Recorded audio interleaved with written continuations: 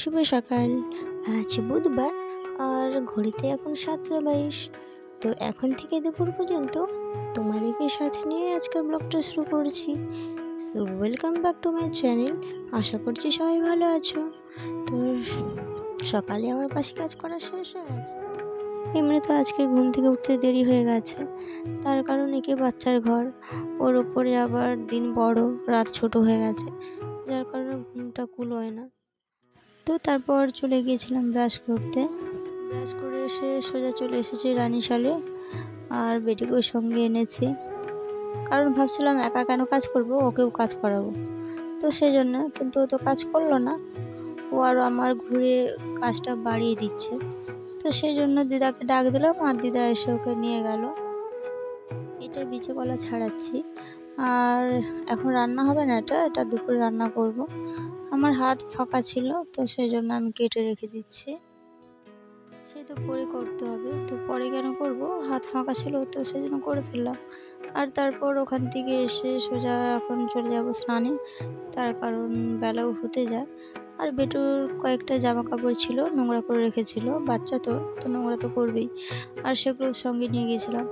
তো তারপরে চান করে এসে দেখছি বেটু এখানে বিন্দাস খেলা করছে তার জেঠুর সঙ্গে, দেখে বেশ ভালো লাগলো। আর এখন ছাদে এসেছি। আর ছাদে আসার আগে দাদুকে বলে এসেছিলাম বেটুকে যেন দেখে, তো ওকে সবসময় খেয়াল রাখতে হয়।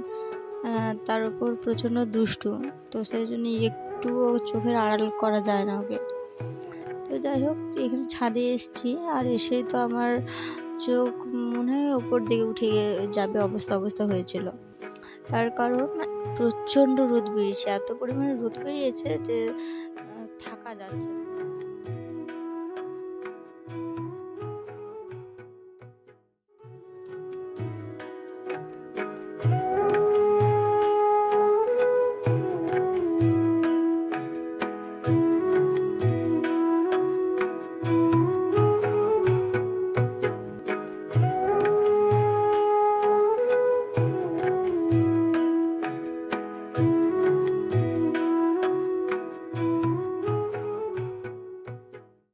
রোদে পুড়ে পুড়ে জামা কাপড়গুলো আমাকে তুলতে হলো, ভালো লাগে না। তো তারপরে যাই হোক, ওপর থেকে নিচে এসেছি যেন একটু শান্তি মনে হচ্ছে। আর আজকে ঠাকুর পুজোটা আমি করিনি, দিদা করেছিল। তার কারণ দিদা আজকে আমার আগে চান করেছিল, তো সেই জন্য দিদা ঠাকুর পুজোটা সেরে ফেলেছে। আর এইদিকে বেটুর কিছু দরকারি জিনিস এনেছিল, দিদাকে আনতে বলেছিলাম। অ্যাকচুয়ালি আমাদের বাড়িতে দোকান যাওয়ার মতন কেউ নেই, আর দিদা বাড়িতে থাকবে না আজকে। তো সেই জন্য সকালে আর কি দোকান গিয়েছিলাম বেটুর বিস্কুট আনতে, আরও কয়েকটা জিনিস আনতে। তো তারপরে বেটু আমার সামনে বসেছিল বলে ওকে একটা বিস্কুট দিলাম, বাট ও খাবে না, ও জার মানে পুরো জারটাই নিবে। তো তারপরে পিসিকে ওর খিচুড়ি আনতে পাঠিয়েছিলাম। আজ খিচুড়ি দেয়নি, আজকে ভাত দিয়েছে, সাদা ভাত আর ডিম, আর একটা আলুর ঝোল আর কি, বাচ্চাদের যেমন করে, বাচ্চারা যাতে খেতে পারে তো সেভাবে।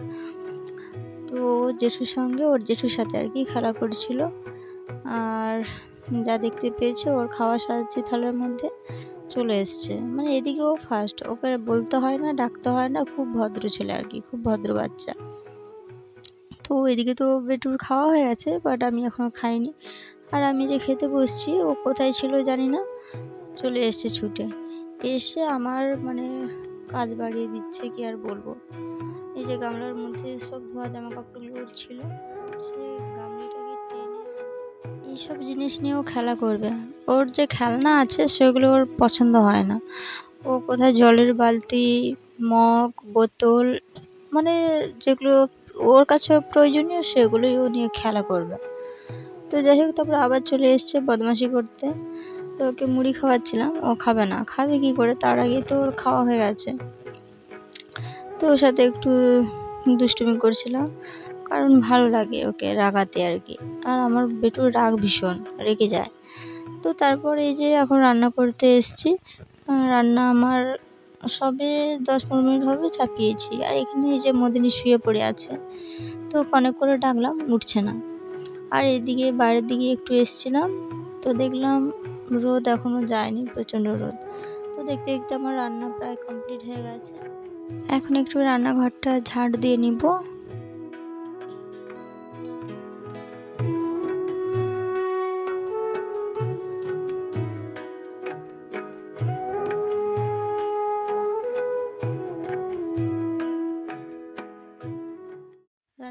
আমার ঝাড় দেওয়া হয়ে গেছে। আর তারপরে এখন আমি আমার পুচির জন্য খাবার রেডি করছি, তার কারণ ও সকাল থেকে কিছুই খায়নি।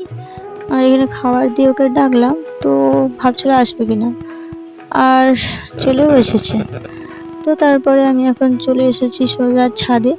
আর ছাদে এসে আর কি আর বলবো, কিন্তু একটা জিনিস দেখে খুব ভালো লাগছে, আকাশটা এত সুন্দর দেখাচ্ছে। আমার তো মানে আমি তো দেখেই মুগ্ধ হয়ে গেছি। তো যেগুলো সকালে মিলেছিলাম যে জামা কাপড়গুলো, সেগুলো এখন তুলে নিচ্ছি, কারণ এরকম কড়া রোদে জামা কাপড় রাখা যায় না আর রাখাও উচিত না। আর এগুলো এনে আমি গরম তো যা হোক রেখে দিয়েছি।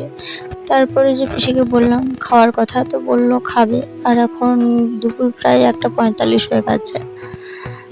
তো ওই যে খেতে বসছি, আর বেটু এখন ঘুমোচ্ছে, কারণ উঠে গেলে তখন আবার ওকে একজনকে নিতে হবে, যদিও বাড়িতে এখন কেউ নেই, তো কে নিবে ওকে, সেই জন্য খেয়ে নিচ্ছে। আর এই যে মদিনীকে খাবার এখানে দিয়েছিলাম, ওর পছন্দ হচ্ছে না, ও আমাদের সাথে খাবে।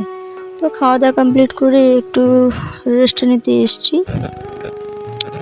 তো তারপর দেখলাম গালে ব্রণ টাইপের বেরিয়েছে, যদিও ব্রণ না, তো এরকম কিছু একটা। ওটা নিয়ে খুব চিন্তায় পড়ে গিয়েছিলাম। তো চিন্তা করতে করতে আমার ঘুমও চলে এসেছিলো। তো আমি আর কিছু বলতে পারছি না, এখন আমার প্রচণ্ড ঘুম পাচ্ছে। তো চলো, দেখা হচ্ছে নতুন কোনো ভিডিওতে। Tata, by.